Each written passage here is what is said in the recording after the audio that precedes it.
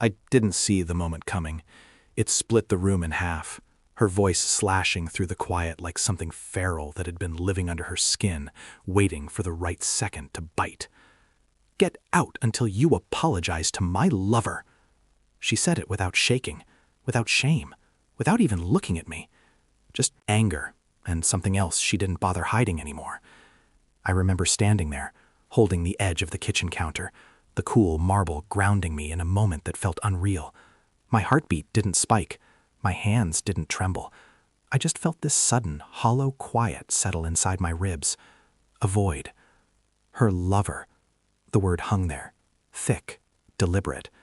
She waited for me to explode, to crumble, to perform the role she had already rehearsed.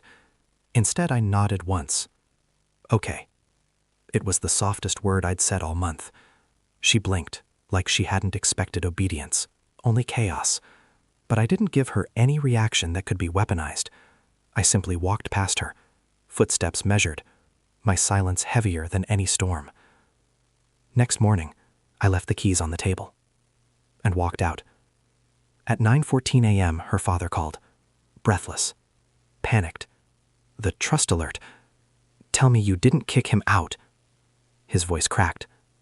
Mine didn't. I ended the call without answering. The quiet felt cleaner that way. Looking back, the betrayal didn't begin that night.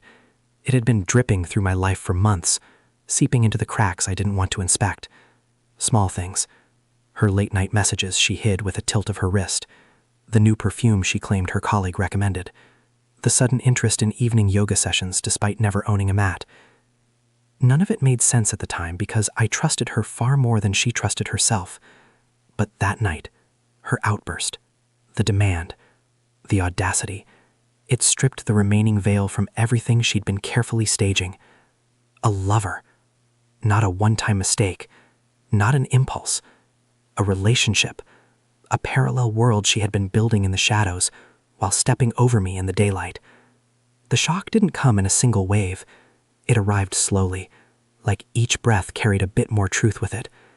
I should have confronted her earlier, should have asked who she was staring at when she smiled at her phone, should have noticed how she flinched when I entered a room too quietly. But I didn't. I wanted peace more than I wanted truth. That was my mistake, and she exploited it beautifully. The moment I stepped out of the house, the investigation began. Quietly, cleanly, without anger. Anger clouds judgment. I needed clarity. I logged into the shared cloud account she had forgotten existed. She was careless when she felt invincible. There were photos, cropped to hide faces, but anglers don't lie. Wristwatches, hotel hallways, shadows of two people where only one should have been. I forwarded everything to myself. Then I checked the bank statements. 2 cards, one hidden under subscriptions. Frequent transactions at a boutique hotel 40 minutes away. Room service twice. 2 glasses on the receipts. Charged at 2 a.m. I screenshotted all of it. The trust alert her father mentioned? That was interesting.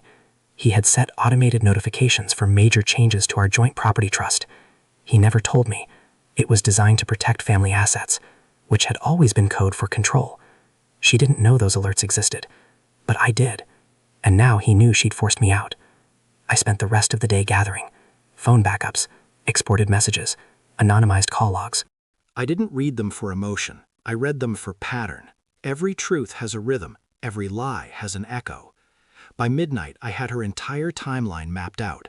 A 3-month affair, a coworker, hotel rooms, private meetings scheduled as board prep. Her messages to him full of fury about me, calling me boring, predictable, blind.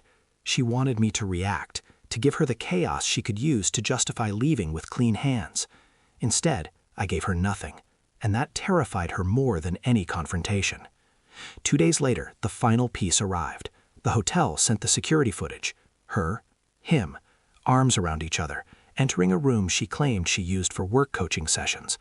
I watched it once, then again. Not for pain, for certainty. When I confronted her, I didn't speak in anger.